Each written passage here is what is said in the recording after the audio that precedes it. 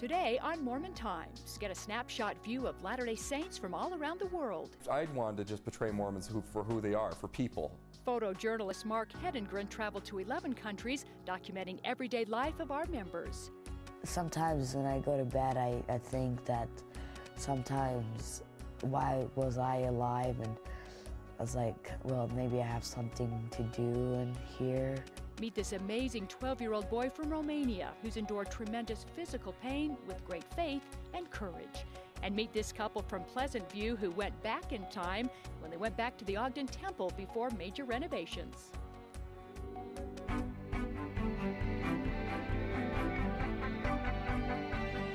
Good morning and welcome to Mormon Times. I'm Kathy Aiken.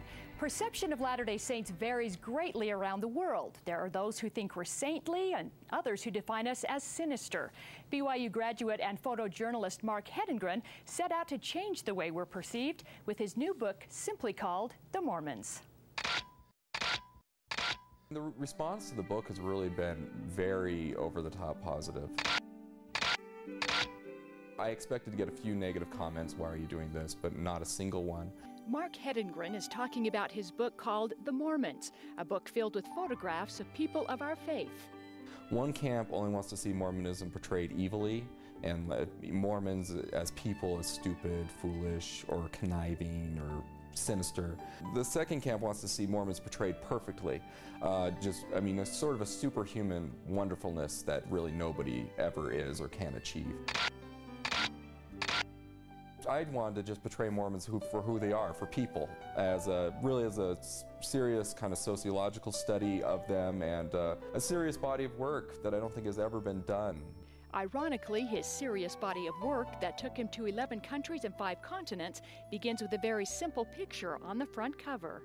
It's by far the most popular photograph of all my shows. I get more comments on that photograph than pretty much the rest of them combined. I think it is because it's such a simple expression of someone diligently doing their church calling. Hedengren divided his book into 3 parts. The first section is called Proclaiming the Gospel, with photos of missionaries and converts. I think missionary work in general in the church is even more than just simple missionary work. I mean, it's a coming-of-age experience. People come out, go out boys, come back men. I think, again, that's a very important aspect to Mormon culture. Part 2 is Perfecting the Saints through church callings.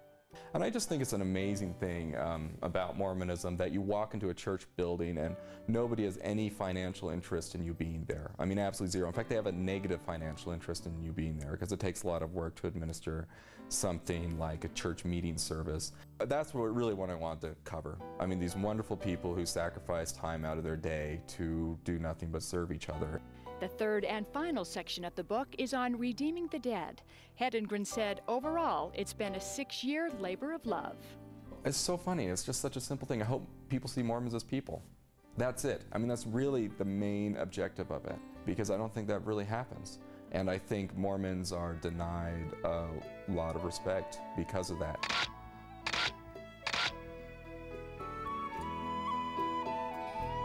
And photojournalist Mark Hedengren joins me now.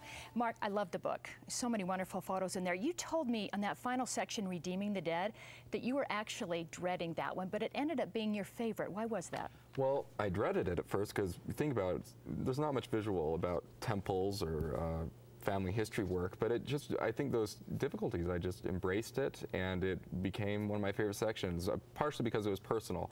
My grandmother passed away during the making of the book, and I was able to use, I think, those feelings and those experiences that really made me embrace the Redeeming the Dead element. And this is her funeral, correct? That is, That is right hers, there. okay. Now, one reason you also wanted to write the book is you told me when you went to graduate school over in Europe, you were attacked, your religious beliefs were attacked. What happened?